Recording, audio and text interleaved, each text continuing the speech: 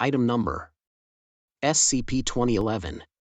Object Class: Safe. Special Containment Procedures: all wilderness in a 20-kilometer radius around the site of SCP-2011 is designated as a jungle preservation. As such, illegal loggers and poachers, as well as any other trespassers, are to be detained, questioned, and administered Class B amnestics prior to release. SCP-2011-1 are to be monitored from the on-site research station. All births and deaths of SCP-2011's population are to be catalogued by on-site staff, as of. 2. Cadavers will no longer be collected for any reason, see Addendum 2011-1. Description: SCP-2011 is a remote tribal village located in the jungle of the Yucatan Peninsula. The residents of SCP-2011, known as SCP-2011-1, maintain a population generally ranging from 200 to 300. Currently, SCP-2011-1-567 through SCP-2011-1-819 inhabit SCP-2011.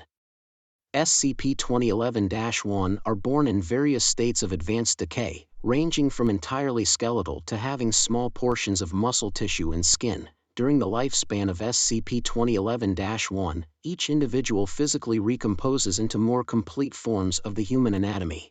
At death, bodies of SCP-2011-1 will be completely intact and do not decompose. SCP-2011-1 function as if they possessed a full body structure. Ingested food will remain where the stomach would typically be located, regardless of its presence or condition. Dirt and water do not enter the body where the skin would otherwise block such contaminants. Upon expiration, SCP-2011-1 will transport cadavers to the top of a religious temple located at the center of SCP-2011.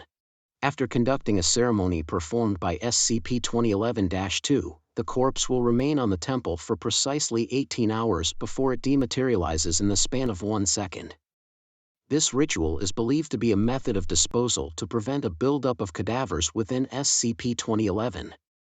In addition, corpses previously obtained by Foundation personnel for research purposes dematerialized. See Addendum 2011-1, as SCP-2011-2 conducts the funeral ceremony even without a body present. SCP-2011-2 is a specimen of SCP-2011-1 that takes the role of the village shaman. SCP-2011-1 claim that SCP-2011-2 possesses the unique ability to communicate with their god. This ability is apparently used during funeral ceremonies and various random instances. However, there is currently no concrete evidence verifying the validity of SCP-2011-2's abilities. When SCP-2011-2 appears to be near death, it will divine the identity of its successor from the existing population of SCP-2011-1. The targeted member gains SCP-2011-2's abilities by removing, resulting in the death of the current SCP-2011-2, and then inserting into its own body. Despite the extensive physical damage, the cadaver of the previous SCP-2011-2 will repair itself fully as with other corpses and be treated identically to other cadavers. The Foundation has maintained a relatively friendly diplomatic relationship with the inhabitants of SCP-2011 since initial containment. SCP-2011-1 have never attempted to leave SCP-2011. Foundation personnel are viewed as intriguing visitors by the population.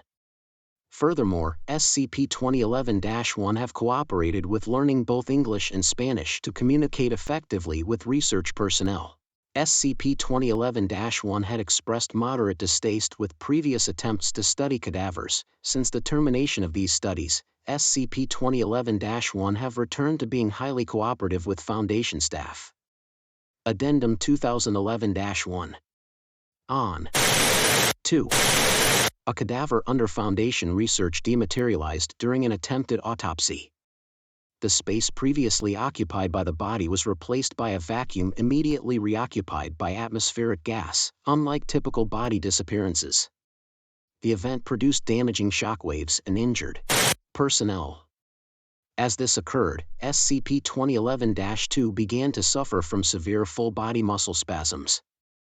After SCP-2011-2 recovered from this incident, it warned Foundation personnel against removing their dead from SCP-2011 for fear of angering Tlaloc, the Mesoamerican god of fertility worshipped by SCP-2011. Containment procedures updated accordingly. Addendum 2011-2. During the initial containment of SCP-2011, researchers discovered a holy book placed within the village's central temple. With permission from SCP-2011-2, Foundation staff have transcribed the text of the artifact into the research facility's database. SCP-2011-1 have assisted with the translation of the document. The text appears to be a collection of mythological tales detailing the origins of SCP-2011 and the relationship of SCP-2011-1 with their deity Tlaloc. Translated select excerpts from borrowed artifact. A time of prosperity had come. The winter of the Great Famine had passed, and all of Tezcatlipoca's cities flourished from a bountiful harvest, and his people grew many. New temples were erected in each city. These were dedicated to Tlaloc to honor his blessings of fertility. Such reverence for Tlaloc displeased the jeweled turkey, Xiaqiatotlin. Never had the people built shrines of such majesty for him. None of the priests or priestesses chose him as their patron.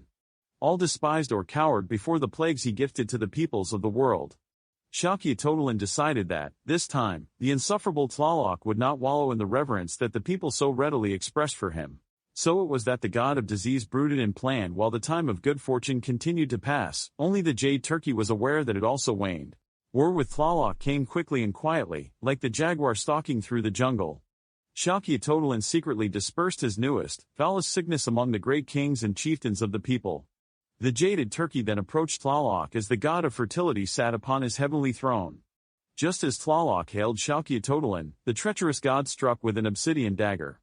Tlaloc despised the idea of bloodshed between kin, but he had to remove the disease of the mind from his upstart brethren. Had defeated the misguided Xiaqiatotlin, Tlaloc pitied his brother of the heavens and sought to make peace with him. The jaded turkey's jealousy had overthrown his mind, and he refused all of Tlaloc's offerings. Instead, with deadly spite, Xiaqiatotlin devised a curse, not for Tlaloc, but for his beloved priests and priestesses. The god of plague spoke, "Your holy servants know you well, but now they shall know your absence, no, your undoing. Long have they lived luxuriously in your splendor, but now, they will suffer a most wretched life, living as corpses. Those who clung closest to your gift of fertility will now experience true suffering. Remember my rage, Tlaloc. See it every day in your people." As he spoke, his words became truth. All across the world, the disciples of Tlaloc were stricken with the vengeful curse, flesh faded away, and the people drove the victims of the jaded turkey away. The cursed had gathered and began anew in their own city dedicated to their patron Tlaloc. Their god spoke to them. "I am still with you, my faithful servants. I cannot fully undo the evil words of my kin, but I give you this promise. For taking the burden of a punishment meant to bring pain to me, your natural form will be returned to you as you walk through life towards me. Once you depart from this world, I shall grant you peace in the heavens for enduring this undeserved hardship." With this, Tlaloc returned to the heavens, and his promise will come to fruition for all of his faithful servants. If you guys want to see another SCP, please comment down whatever anomaly you want me to talk about.